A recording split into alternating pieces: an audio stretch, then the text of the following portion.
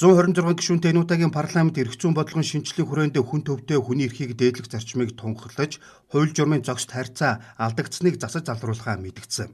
Энэ хүрээнд улсын хурлын хамын газар ажлын хэсгүүдийн үйл ажиллагаанд дэмжлэг үзүүлэх төслийн удирдлагын аргачлалыг хэрэгжүүлж эхлээд байна. Улсын хурл бүр эрхийн хугацаа хэрэгжүүлэх стратеги төлөвлөгөөндөө нийгмийн эдийн засагт шин тутам үүсэж байгаа харилцаа, цаг үеийн хэрэгцээ, шаардлагыг тогтмол шинжилэн судлах, түүнд үндэслэн хууль тогтоомжийн төслийн саналт боловсруулах урт хугацааны санах хой бүхий байнгын тогтолцоог бүрдүүлнэ гэж заасан байдаг. Мөн дэвшилтэд шинэ үеийн парламентын хэрэгцээ шаардлагат нийцсэн чадварлаг өндөр бүтээмжт ажлын албыг бэхжүүлнэ гэж стратегийн зорилтоо тодорхойлжээ. Төрийн байгууллагууд тэр дунд хууль хэрэгжүүлэх улсын хурлын тамгын газраас бид нар прожект менежментийг нэвтрүүлж байгаа нь бол энд явж байгаа үйл ажиллагааг олон улсын стандарт руу нийцүүлэх улсын хурлын стратегийн 5 гол зорилго байгаа. Хүндээ ээлтэй нийгмийг бүтээх, эдийн засаг болон улсынхаа суур эрх ашигт нийцсэн байх. За дижитал, технологи, шинжлэх ухааныг түлхүү дэмжих энэ бүх үйл ажиллагааг зохицоор нь хэрэгжүүлэхэд энэ төслийн удирдлагын менежмент бол зайлшгүй шаардлагатай юм а гэж үзсэн учраас энэ стратегийн зорилгоо биелүүлэх зорилгоор менежментийн арга барилдаа өөрчлөлт оруулж байгаа. Тэгэхээр төслийн удирдлага дээр цаг хугацаа, нөөц буюу санхүүжилт за тэгээд төслийн амжилт буюу нийгэмд гаргасан үр нөлөөг гэдэг ингээд олон хүчин зүйлсүүдийг авч үздэг.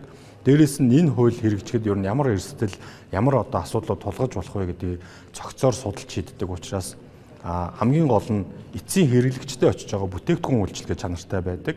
Хууль болон бусад төсөл хөтөлбөрөөс гарч байгаа эцсийн үр дүн бол иргэдтэй ээлтэй, эдийн засгийн суур шаардлагуудаа хангасан ийм цогц байдлаар судлагдах боломж үүсэж байгаа учраас бид төслийн удирдлагын нэгжийг шинээр байгуулад туршаад улсын хурлын гишүүд болон хамгын газрын бүрэлдэхүүнтэйгээ хамтраад хэрэгжүүлээд явж байгаа маа. Хууль эрх зүйн шинжилгээний бодлогын хүрээнд улсын хурлын даргын захирамжаар 80 гаруй ажлын хэсэг байгууллагадан ажиллаж байгаа юм. Тэдгээр ажлын хэсгүүд эхнээсээ үйл ажиллагаанд төслийн удирдлагын суурь процессыг нэвтрүүлж эхэлсэн нь үр дүнтэй байна гэж үзжээ.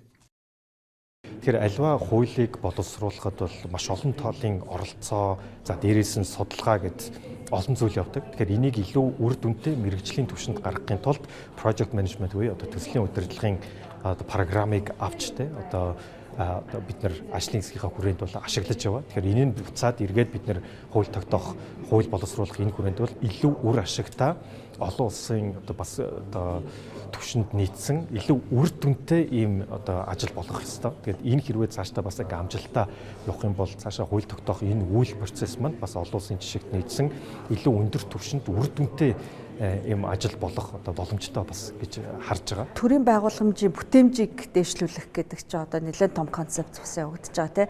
Тэр утгаараа энэ маш чухал нэг хэсэг нь тийм.